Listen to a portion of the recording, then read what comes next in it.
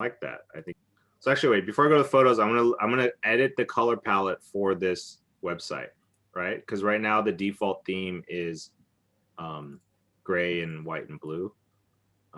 So let's see, can I use this?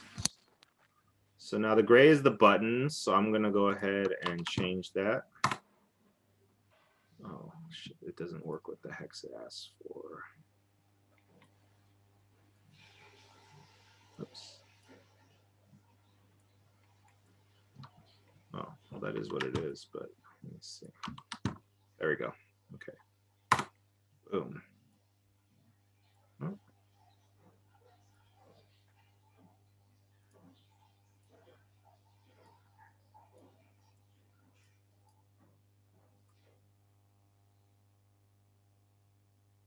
Okay, that should be.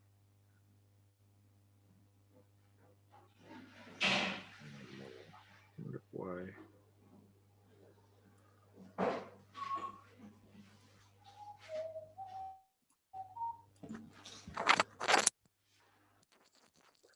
Button.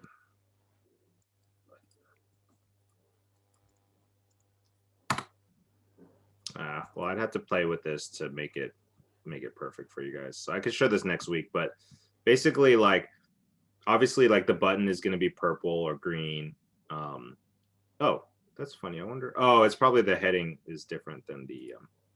So slowly, you're going to start seeing like the branding influence the presentation, right? So then also we had to pull images, and when I'm looking at this, like right away, this one is cool because it has the colors that I like. It has purple, it has green, it has yellow. So I'm gonna go ahead and download that. Copy his credit, which could go at the very end. I'll just save this.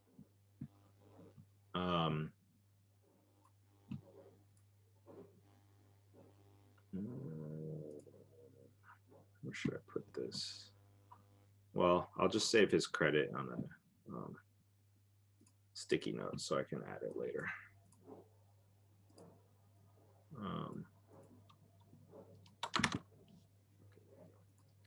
So I'm going to pull some photos that I like.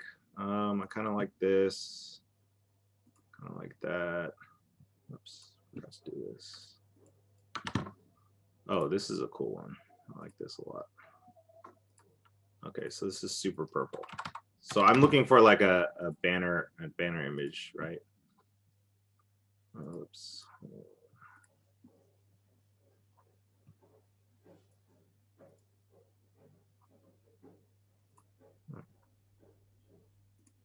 This.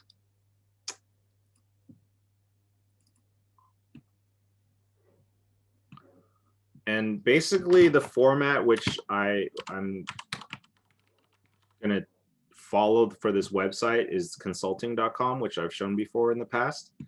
Now, the reason why this is a super effective format is this guy has invested a lot of money into marketing and learning what works, and you know, he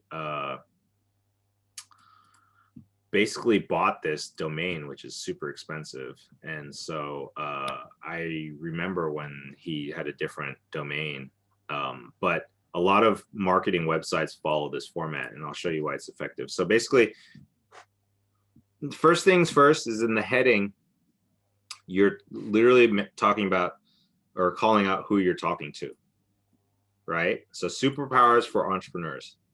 Then they talk about what they do is they get proven processes, gain laser-like focus, join a community of entrepreneurs, and reprogram your brain for superhuman ability. That's section 1, is just basically literally a headline and some sort of image. I think this image is tacky and ugly, but whatever. You know, obviously he's not an artist, so his aesthetic is pretty low expectations. So, and then he does the problem and solution statement, which is the overall problem is business isn't magic, but the specific problem is that most entrepreneurs are do everything and they're kind of neurotic and they kind of jump around, right? So the business is a giant tangled knot of chaos. And then what they help you, and they literally have an image to help sell that. And then they say, well, what we do is we help you become laser focused entrepreneurs, right? And so basically before, after, before, after. And then they go into the system of how it works, which is basically where you could put your services, right? Your offerings. Then they have some social proof, which is like, you know, the clients you've worked with or any information and stuff. This guy has like an insane amount of reviews on his website, which is like pretty crazy if you think about it. Like, I mean, he's been doing this for like over, I want to say, I'm guessing over 10 years now, but I remember when it was like 2 millionaire students that he had made supposedly, and then like, you know, it's jumped up, but you know, he basically has the social proof section, right? And then they go into more into like, what are the categories that they teach, like how do they help you, like they have a thing about methodology, and then they talk about all the areas that they're gonna like hit. It's kind of the same thing over and over again, but to be honest, like, and then they have the products that they're offering, and then some more like proof and breakdown. So it kind of becomes a repetition after that, but really the main 3 sections, or the main sections that we're gonna let's save this, is, you know, so effective website design. It's basically block 1 sections is headline, speaking to your target customer. Subheading, what you do. 2 is going to be problem solution statement. 3 is going to be how it works. Oops. Works, the system, or portfolio. And then 4 would be social proof. Some people do a little different. They'll do like the headline, they'll go into the social proof and then talk about problem solution. But you know, this is just a really good kind of format to follow. And then details on products, services. 6, let's say.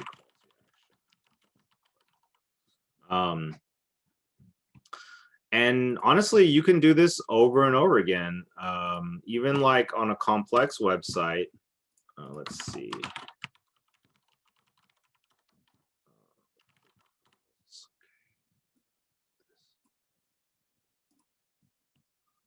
So, okay, let's look at a complex, more complex site. So you have ClickFunnels, which sells software, right?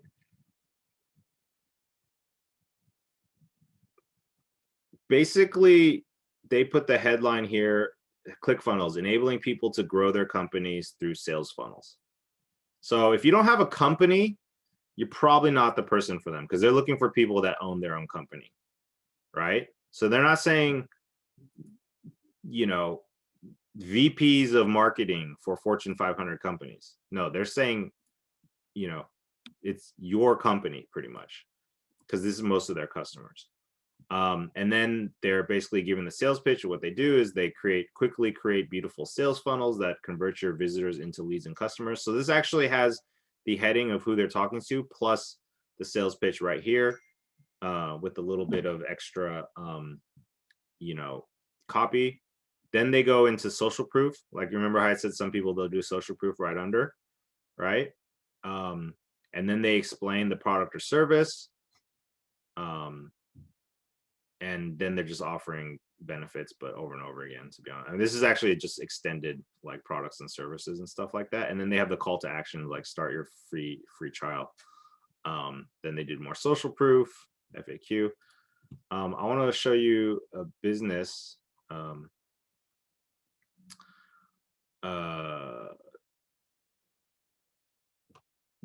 So Apple's website for business is interesting because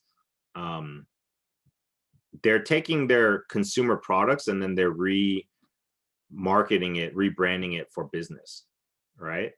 So what they're saying here is the power of Apple put to work, right? So now they're saying, okay, if you're on this landing page, you need to be part of a business for you to be interested in this, right? And then they have their statement here, which is kind of like, if you go back to the consulting.com, it's kind of the same thing where they have the value statement, right? So it's like, when the world changes, business changes too. Apple hardware, software, and services work together, giving employees the power and flexibility to do whatever it is. So problem statement, world changes, business changes. Solution, we help our products work together to give your employees the power and flexibility to do whatever needs doing. And then they go into more problem statement, solution statements. Then they start talking about their products, offerings, testimonials, which is the social proof, right? Like case study with capital one. And then they kind of reiterating over and over again is like explaining their products, solutions, and then having social proof, which are their case studies, right? And then they go to a call to action on how to buy. So you could see like this format works in any industry pretty much, because in general, a product or service is always offering a solution to a problem, right? So the more that you are putting this into the website, the better off you're going to be, because most websites are just generic portfolios that get slapped up, and then it doesn't really inspire the viewer to want to reach out to learn more, to get a sales call booked. Do you have a question, Luke? No, sorry, no, I'm good. Okay. Okay. So basically, this website, which is the Vortex Green, is going to follow that. Actually, I'm really annoyed because I actually did this work, and then for some reason I hit X without saving it, and so like. Like literally, I just realized that when I opened this up, I was like, oh, none of my work is here. So, but let's just do this briefly with you guys. So if I were to kind of spitball it here again. So basically, I'm looking for cannabis brands, right? So I'll just start putting in placeholders and then start shaping it. So,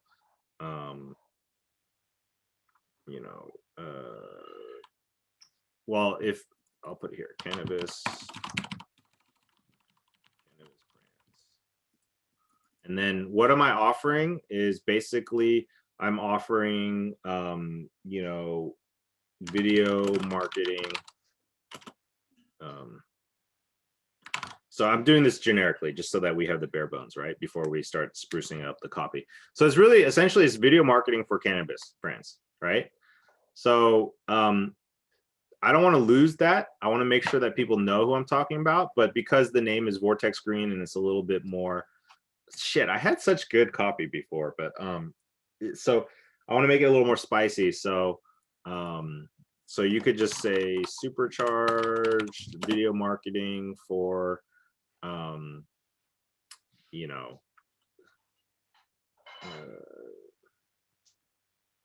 unique cannabis brands, or what would be source distinctive, individual, special, idiosyncratic. That's not enough. Let me see. Let's get more. This brand is like kind of fun, so I'm just gonna go astonishing, extraordinary. I like extraordinary.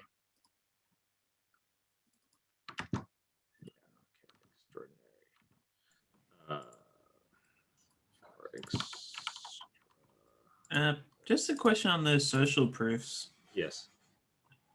Like, have you ever seen like some companies who just go so much into the fact they have lots of clients, they're like 10,000 people can't be wrong, and my immediate response is always, yeah, they can. Well, you're what we would refer to as a counterculturalist, right? Like you're not gonna be a sheep that just says, I think, you know what? it probably works more often than not, though, to be honest, because the other way to look at it is like, if you're like a employee or your job is to do the hiring or finding these people or vetting these companies, it's you know, you're gonna want something safer that you know works. And so if I were to tweak that messaging, though, I would say, you know, we've helped 10,000 companies, but why don't we talk about how we could help yours? You know what I mean? So that it's still personalized, if that makes sense. Because you don't want to just be like the jackass that's like, look at my big portfolio. Obviously, I don't have to speak anymore. Job's done. Just give me your money. You know, like that's not as pleasant. By the way, notice how the website's already changing just because I picked a photo, which is, yeah, it's a photo which is in the color scheme that I like. I'll actually put a logo there.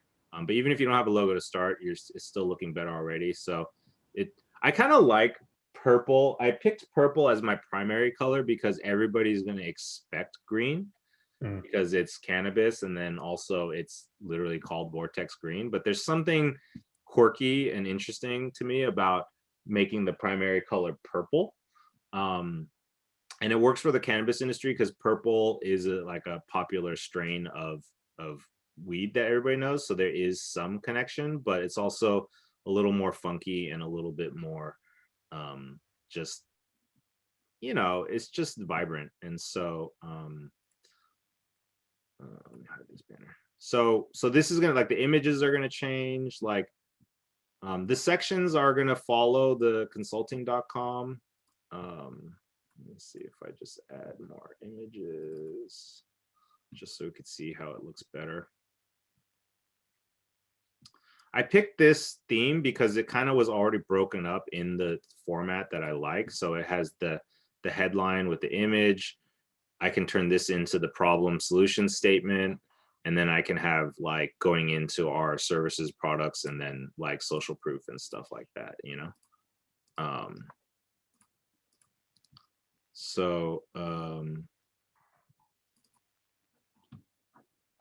yeah, it's already looking like a weed company website. I'm not sure what the company is yet because it just this part, but you can see how quickly you can create something and set it up so that that looks delicious, by the way. You know, the point of this section is just to really have you guys realize like how easy it is to actually put together a brand for your website. And I mean, a brand including your website and, you know, what you need to get started. Like sometimes like people get too crazy and too, you know, like stressed out about their branding. And what I learned is like, your initial launch is never going to be your final. You know what I mean? Like just launch it with enough, which is basically just literally the name, the color, and the logo, and then and your story about why, and then you know, the problem solution statement, that type of stuff. Then you're ready to go. You're ready to sell. Like you really don't need more than that. Like I've used this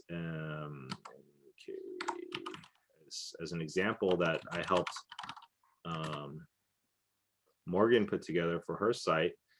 So she has her main website, right, which is MKG Media, right? But it's a general. So you can have it general, but when she's out reaching out to people, she actually has a startup page so that when she reaches out to startups, they know that she's talking to her, that she's actually focused on their industry, which is what builds trust and closes more sales, right?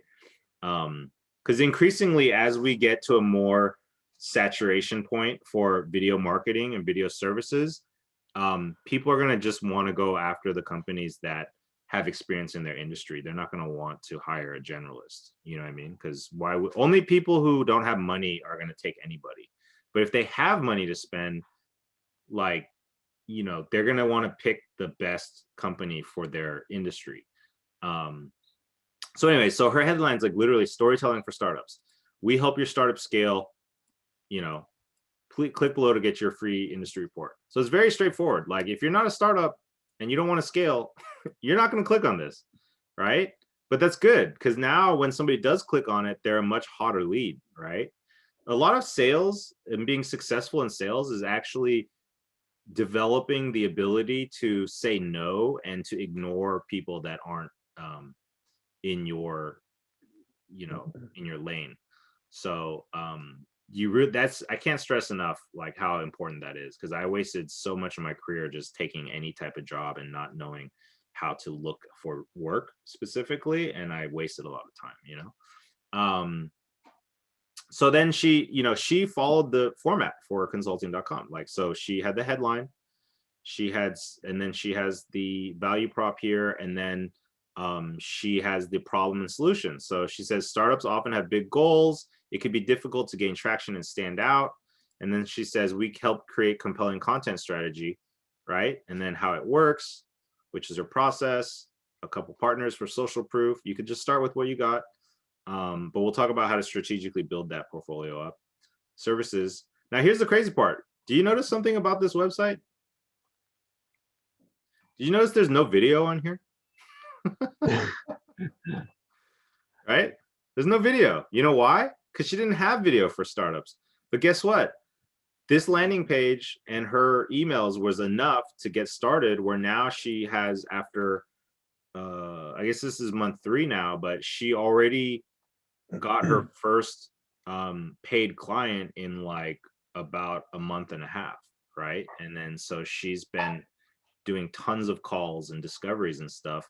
And the reason why it's so effective for her, she's only messaging startups, right? And then when people see this, then they know that she's not messing around. Because to be honest, if you're a startup and you look at this website, does this really speak to you as a startup, right? We're passionate about helping organizations and individuals communicate with video, right? Like, this is kind of more how everybody markets themselves.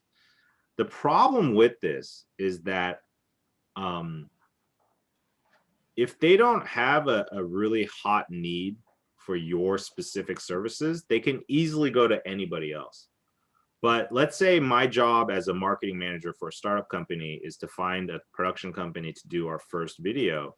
Do you think I'm going to want to hire this person that says literally storytelling for startups? Or this person who says we're passionate about helping organizations and individuals communicate with video, right? Like, this is the same person. This is literally the same person.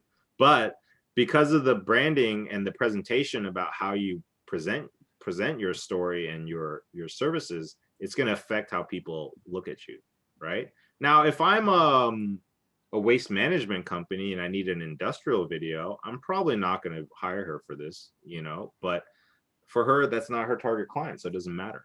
You know what I mean?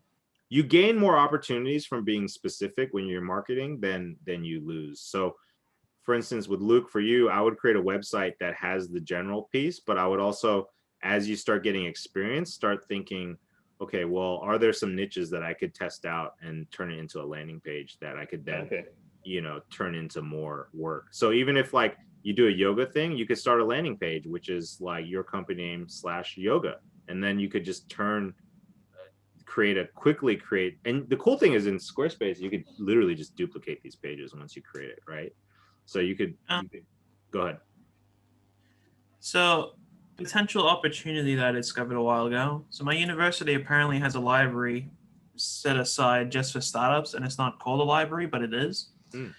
And yeah, apparently if I wanted to, I could just be editing off all my videos and work stuff in there. And they said, feel free to network away.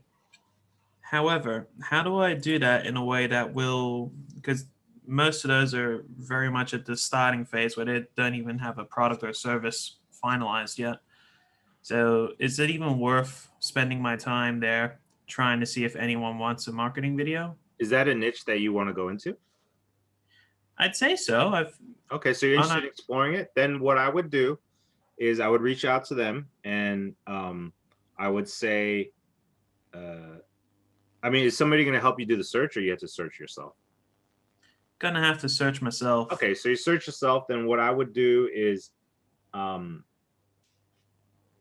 and this is the general tactic for anybody building up their portfolio with nothing, is saying, creating an email and a landing page. Like even just a landing page like this is awesome, right? Because they're gonna have something to sink into. And you just literally tell them, hey, look, I'm building a portfolio. I want to really focus on startup companies like yourself.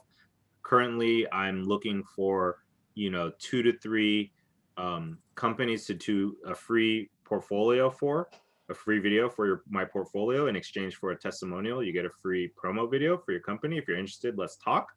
Now, the key here is that most of these startups aren't going to have money, right? So what you don't want to do is you don't want to just agree to do a free video for anybody. So you are still, remember I said you want to stay in the driver's seat, right? So you're going to be the one telling them, hey, look, I'm basically choosing who I want to work with. So this is an application process. This is not me like begging you for work or like just giving it to you for free. It's literally, let's have a talk and get to know each other and see if we're a good fit. And if we are, then I'm going to make an offer to you to do a free piece of work in exchange for, a testimonial. Now, the cool part about that is when you're talking with them, you're going to ask them, do they have a marketing budget? And if the answer is no, then you have to ask yourself, do I want to do this video for them? Maybe if they're have an amazing product and you really want to support them, then you can do it and it's going to look good for your reel. But if not, then you're going to pick somebody who says they have a marketing budget, right? Because what you want is you want to only do free work for people that are going to pay you next time or refer you like paid work, right? And so you want to be able to say no to people and not put yourself in a corner where you're just doing free work for a dead end. And so number one, it has to satisfy your portfolio needs, because you need like 3 to 5, I would say, really solid videos before you could start charging a lot of money for stuff.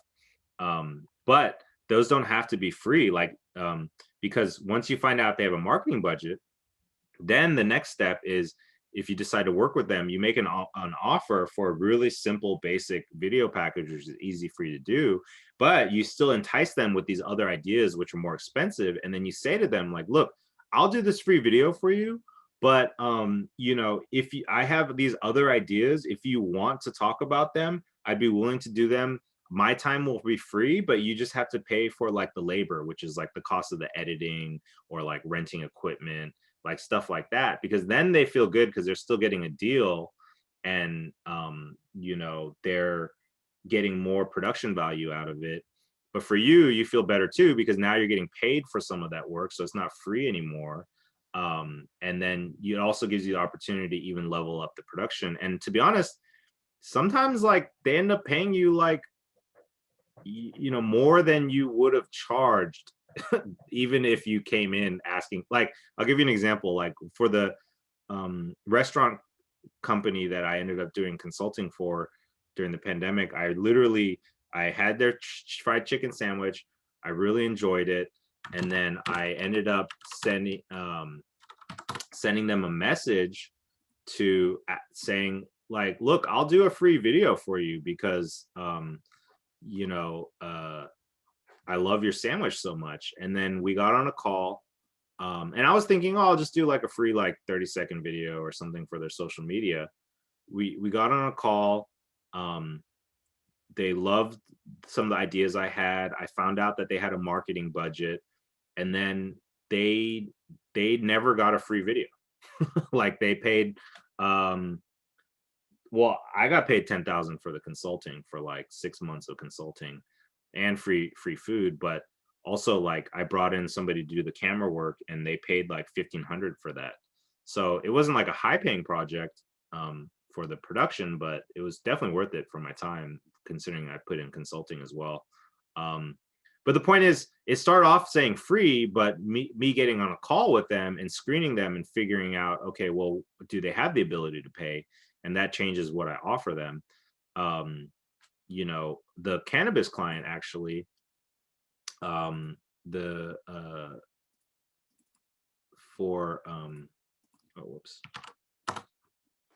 this video was initially a free video offering, because I just basically put on Facebook saying, hey, I'm looking for some cannabis brands to do some portfolio piece for. I got connected to them, started talking with them. So I screened like 5 people. These are the ones that I ended up going with first, because the other 4 people had no money, no marketing budget. They didn't have their shit together. This company, they said they had a marketing budget, and I asked them point blank, like, if this goes well, would you be willing to, could we continue working together, and would you be willing to put some money into marketing? And they said, yeah, which is another key element that you want to find out. And then I pitched them different ideas, and I'm like, look, I'll do this video for you, blah, blah, it'll be free, but here's like 3 or 4 different ideas. And then they're like, oh, well, you know what? We actually like these other ideas. How much would it cost? And I'm like, well, we can work backwards. We could fit your budget. So how much do you want to spend? And he's like, well, you know, is 3,500 enough? And I'm like, yeah, that's enough. Like, we could come up with something for that. And so we ended up doing a free video for them where we went to their farm. You know what I mean? It's basically, we went to their farm and filmed the farm. And then, so that was a 1-day thing. And then we filmed in studio for another couple days. And then we went to their canning manufacturer to film the whole process. Because since this is our first video for our brand, we wanted to go extra. Because to be honest, we would have charged more than 3,500 for this amount of work. But going from free, oh, and we had a half day with this model to shoot this part. But to go from free to getting paid thousands of dollars, that's where the screening process comes in place, right? So when you're, just to kind of reiterate all this, free to paid marketing. Oh, and this is completely off topic, so just don't answer if it's bad. Is it even possible to build a home studio that is portable? Because I'm in a rental and I'd like to take it with me. How big of a space? What are you shooting? I'm honestly thinking get some plywood and build a big square in the backyard and try and make an infinity wall on that for a studio. An outdoor studio? Or the garage if I can convince my brother to not park. Yeah, I think that's a good, if you can do it, yeah, why not? Outdoor, I'm a little curious though. You mean with like a roof or no roof? Yeah, you just get some scrap tin, have the rain come off the sides. But how are you going to control the lighting when the clouds are moving around and stuff? Well, it'd be roofed off. Have Okay. some extension leads. If it's roofed off, that's fine. Okay, I was picturing just like a wall in the open. Yeah, right. Okay, so yeah, why not? I would totally build that, because especially you can do a lot of products and stuff like that, you know? Set up interview with prospects.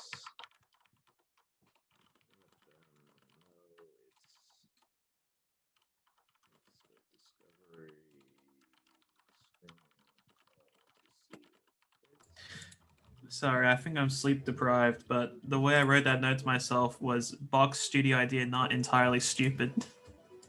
That's a good note. That's the way you should write it. Potentially good. You might be sleep deprived.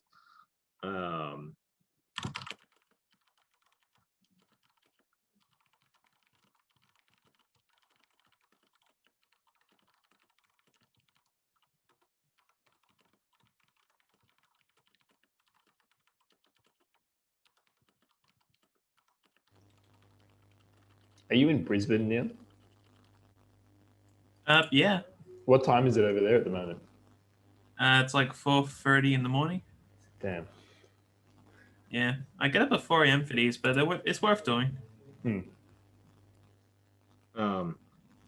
Okay, so just to reiterate what we said, free to paid marketing approach is start off, asking people or for referrals and cold outreach to people, saying that you're screening companies to build your portfolio in exchange for a testimonial.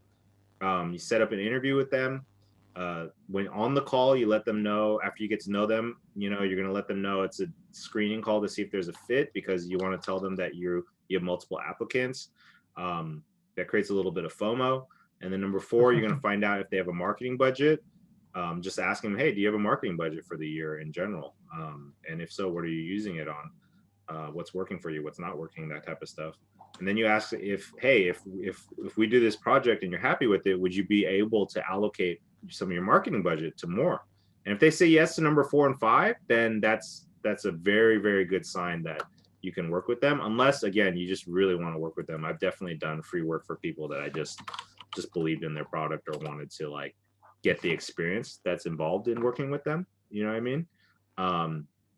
And then you move from free to paid by offering bigger ideas that require a budget and ask them to pay cost or labor. But not your labor, like the editing labor, let's say. So you could say my time showing up on set with the camera will be free, which is worth thousands of dollars. But the you know, I need help for the editing and graphics and shit like that. And Robbie says he's thinking about law firms. Yeah, law firms are interesting. That's actually a niche that I was interested in too, just because they have so much money and they're used to they do marketing too, like you'll see billboards and shit like that. So I think it's potentially a good niche as well. And I've seen a lot of Facebook ads of people selling services, teaching lawyers how to market themselves. So I definitely believe there's a market for it, and they're a great potential because, you know, one client could be tens of thousands of dollars for them. So if one client is worth tens of thousands, then that means, you know, they can easily pay you a percentage of that for marketing services, right? Like it's harder to get paid well from a client where they don't have scale, you know, either in price or in sales numbers. So like a pizza joint is probably tough because how many pizzas would they have to sell to get their money back from your services, right? So there's some proportionate, you know, response there. Okay, so I'm gonna give you guys all that. Let me see what else I have to go over before we go into Q&A stuff. Oh yeah, so before we move on, just jumping back to the brand stuff, like, you know, this is just a chart that I found that I actually liked, which talks about the values of different colors. You know what I mean? So if you notice, like with Vortex Green, I picked purple, and it also kind of ties into the creative, being imaginative, and it's a little more quirky, right? Like even thinking of some of the branding of stuff, like, you know, Taco Bell has some really weird ads. Funny ads too. Yahoo used to. A lot of people will put, like, I use blue for Videography Academy because, well, I like blue, but it also just felt like the right brand because it's really about trust. It's about, you know, helping people and being more of an institution, you know. But it's up to you, you know, like these are just guidelines, but in the end, you just have to pick what you're happy with. Now, real quick, I'll just show you how to make a logo for free in multiple ways. So, oh, they changed their company. So you could just type in free logo maker, right? But this was one that I used in the past. So I could type in Vortex Green. This is like a 1.0 logo, right? Canvas. Oh, hey, they have Canvas. Okay. So then right away, like what they do is they ask you to pick a couple logo designs that you like, right? So I'll just say 1, 2. They're looking for fonts and stuff like that. I guess this. No, I don't know. That's actually okay. I'll just say okay. Purple. Right. No log line. Weed, marijuana, smile, happy, flame. Okay, anyways. So then it literally will just create generic logos for you. They put a bong. That's hilarious. Okay, so clearly they've done this before. Oh, that's simple.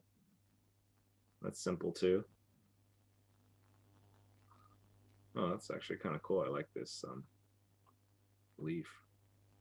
So, okay, let's say you like one aspect, you can customize anything you want. So, What's like the this. royalty? Huh? What's the royalty? Like, do you have to pay to be allowed to use it, or? I'm going to show you the free way, and then I'll show you the paid way. Right now. So I'm going to go ahead and change the font, which... Oops. Okay, I kind of like that already. Let's just go with this for now. Okay.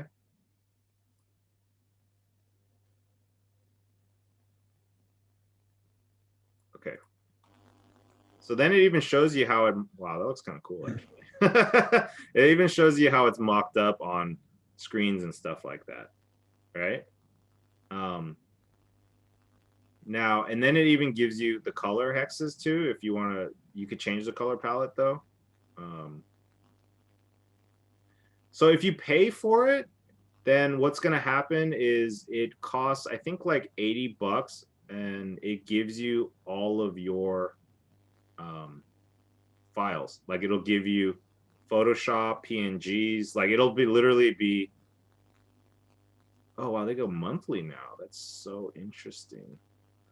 So you could literally do it for a month and then cancel. Oh, it's billed annually. I see, that's why. Can I change it? Oh, one-time fee, okay.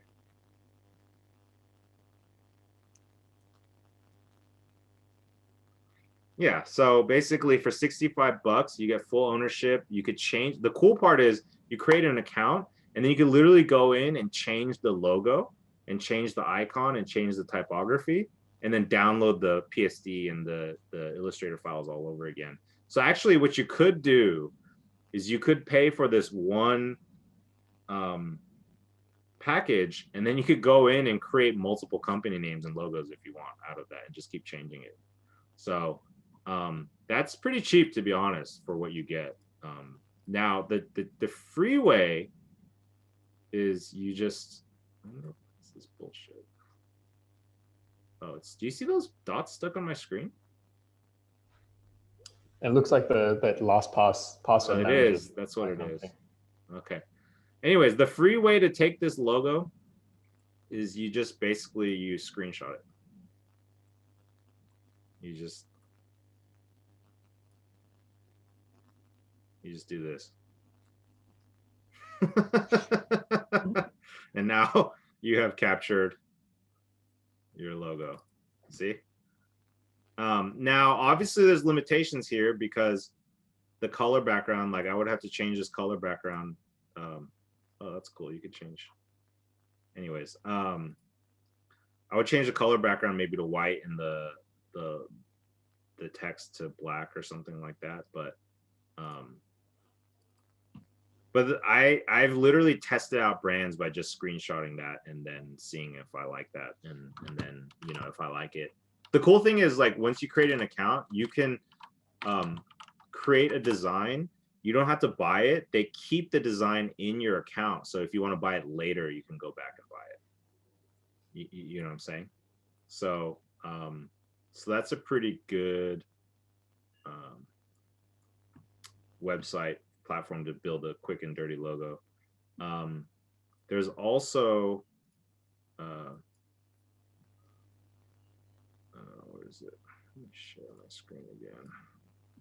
There's also Canva, which has a logo option. I don't know why their default logo is square, but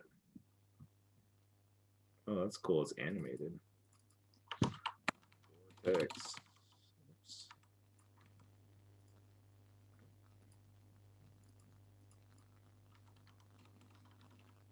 Vortex green. That's actually kind of cool too. Cool. Okay, I just got a square logo done. But in all seriousness, you know, there's so many tools now. You could just type in free logo generator, logo creator, or whatever.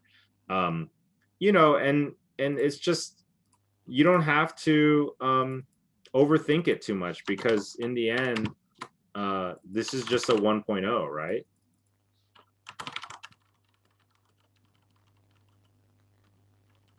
This agency. I don't know why it's a Gatorade, but you know, does that make sense for you guys though?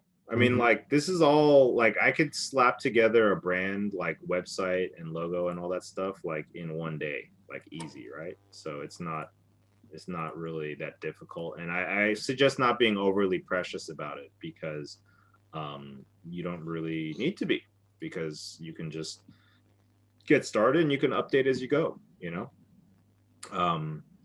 Okay, cool. So that's pretty much that for this week.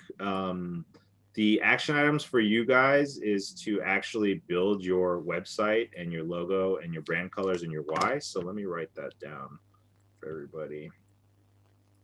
But we'll go into Q&A. Let's see. Save, clear all drawings, text. Okay, so week 2 action items. Create. Write down your why, your personal business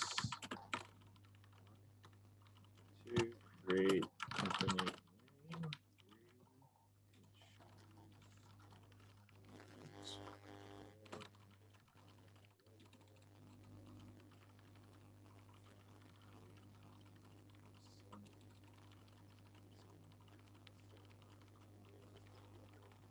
Okay, so pretty straightforward.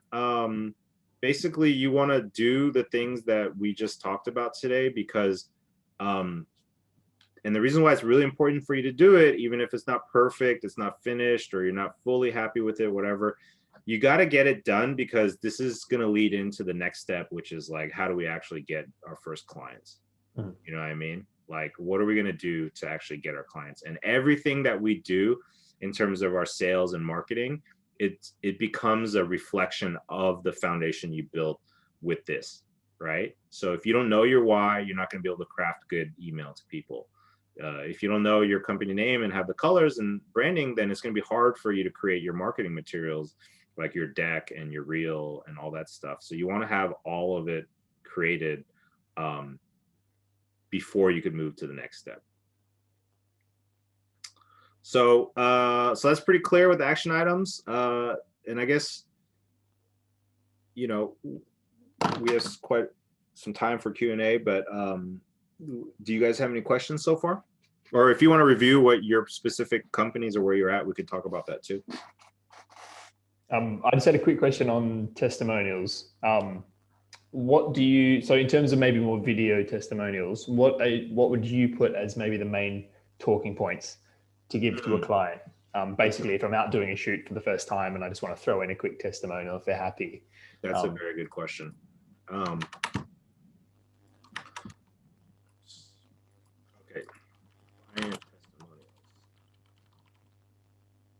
So number one is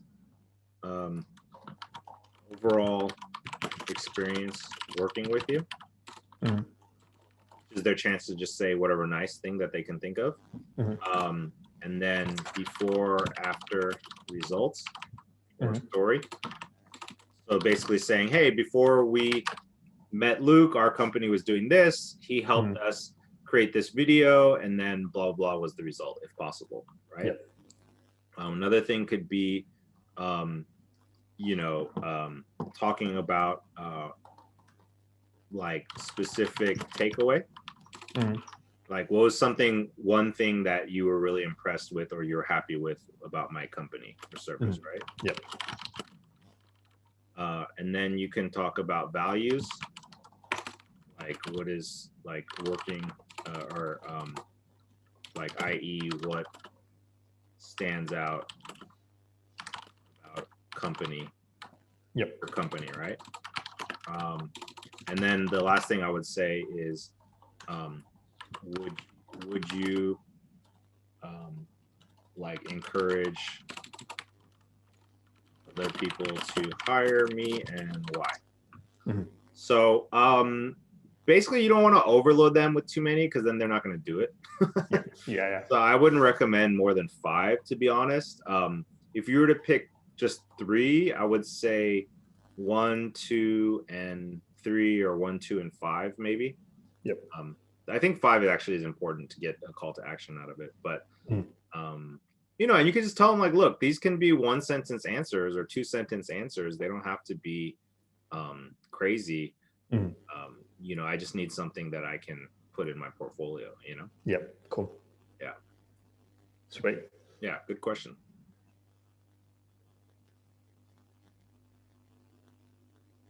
All right. Any other questions?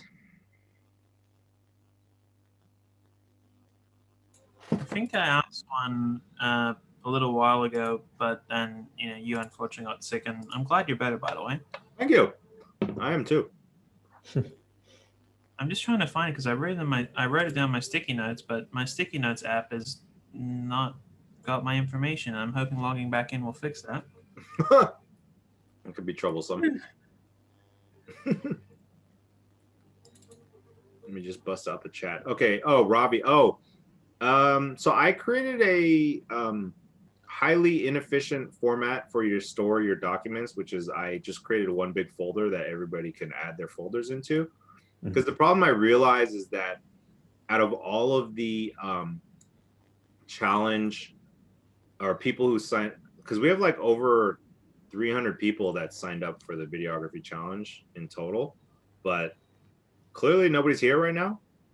So I'm not sure how many people are active. And then I noticed a lot of them just want the replay so they could do it on their own. But I didn't want to go and make spend the time to make a Google Drive folder for every single person, because I was like, why would I do that if I don't know they're even using it? So I think what I'm going to do is after this, I'm going to send clear instructions for everybody. But I would say you should probably make your own folder and then share it with me would be the best way, just because then I could track it on a spreadsheet versus making 300 folders and trying to figure out who's using it. That's not going to be very fun for me. So let me make a note of that. I found the question I had, and it was in regards to making those little websites and landing pages. Is there value in adding a pricing or packages part to that website, or is that something best done over the call? So packages should only be created if you know exactly what you're going to offer in that package, in that product or service, right? So it's very specific. And then but so many people are going to go off of into their own customized thing they get to quote. So you could create a package, but I've never done it. I think I have more reasons why I don't. I would say is I try to show the products and services, but I don't talk about pricing because number one, you don't want to anchor them into a price that they think that this is what you're worth. Because what if they have more money to spend? Oh yeah. And number two, I've never executed a package. It's always turned out to be custom. So what I would do if I were you is I would create general packages like social media package, testimonial package, brand video package, and then put a price range on the bottom. So the social media packages can go anywhere from 1,500 to 10,000. A testimonial package could go anywhere from 2,500 to 50,000 or whatever you want to do. But the point is, when you have a range, what that does is that helps them wrap their head around it a little bit. Oh, okay, actually I could fit somewhere in that range, so I should talk to him about it.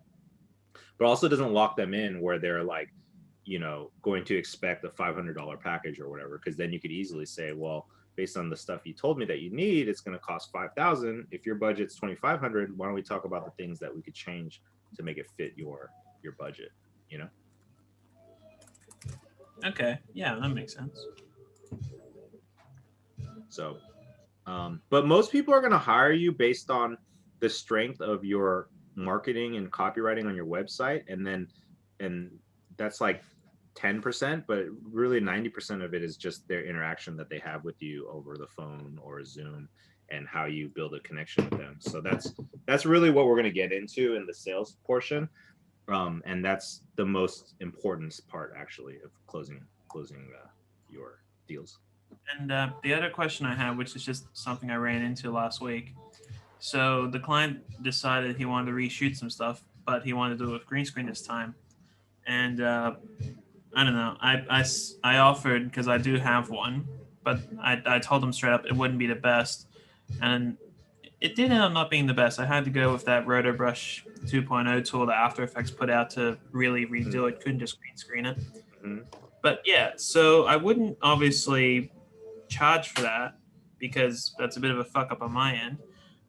But that was the only option they had. So what do you do in a situation where there's not enough budget to rent more equipment, but the only option is a kind of not half-ass, but best you can do, not amazing outcome? Well, see, that's the sucky part, is like learning to assess a job properly, what needs to be done so that you cannot agree to something where you're going to have no room, is number one. But once you've done it, either you're going to have to pay extra costs to get something done the way you want so that your portfolio looks good, or you are going to try to tell them why they should pay more because of some elements that weren't discussed ahead of time. And you know, it's not the best conversation, but it's definitely happens sometimes. Or you just end up sucking it up and doing the work and it's not as good, and then you just kind of hope that they're okay with it.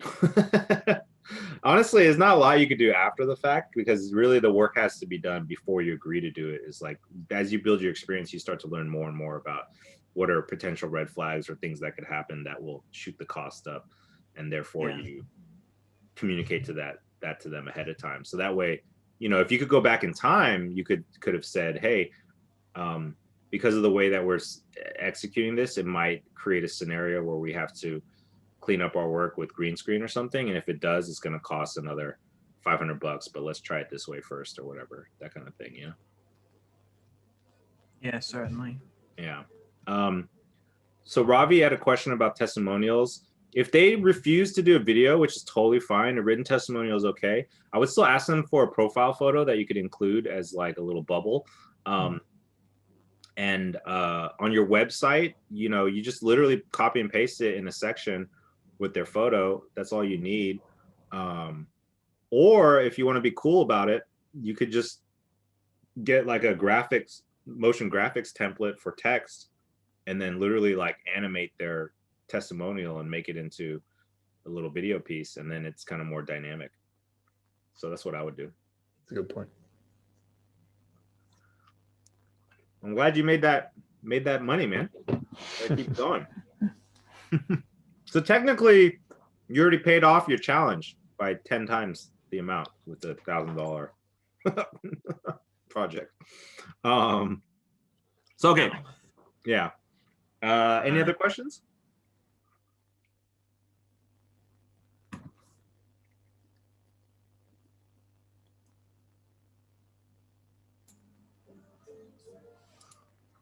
I do feel like I have one prepared, but I checked my notes list and it's not in there. Wait, maybe I put it somewhere else.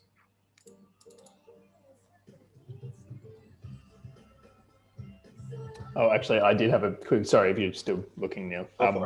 I might have missed this conversation from the previous week's one because I missed that. But in terms of pricing and getting a rough idea of what you might charge for work, when you're still at the really early stage of not having done really any projects at all, like for me personally, I at the moment am just tracking the amount of time I will be putting into some of these more free projects, just so I can get a scope of what actually goes into a rough product. So once I know what I ended up making, I can sort of, what's the word, sort of backtrack and work out. That's very smart. I would, in your early stage, I would definitely track the hours on all the projects that you work on, because the only way to accurately create a scope of work is when somebody gives you an idea, then you calculate based on their idea how much time you have to put in, like how many days of shooting, how many days of editing, how many hours of like, you know, adjusting or, you know, upkeep, that kind of stuff. And then you put that into a quote based on whatever your desired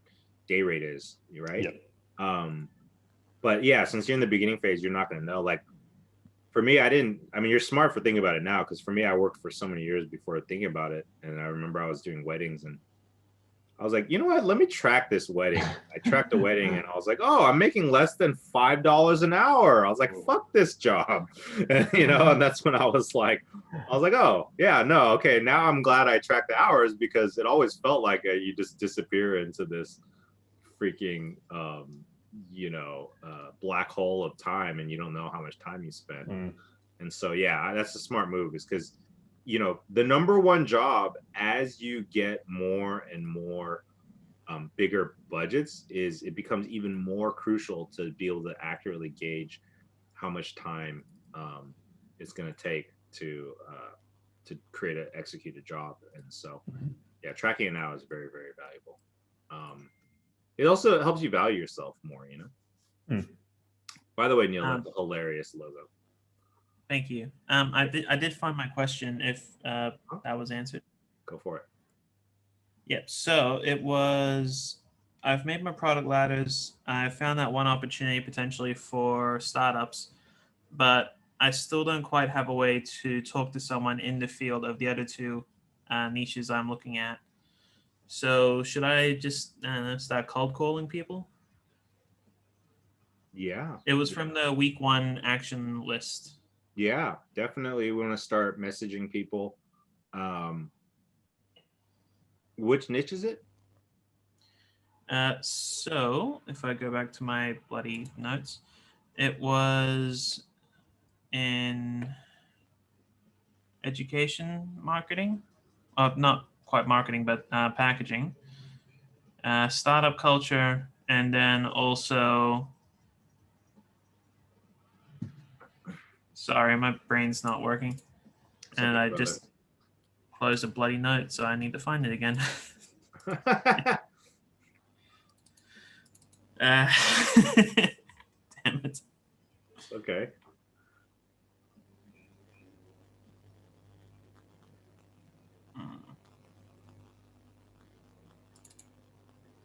Oh yeah, lifestyle. That was it.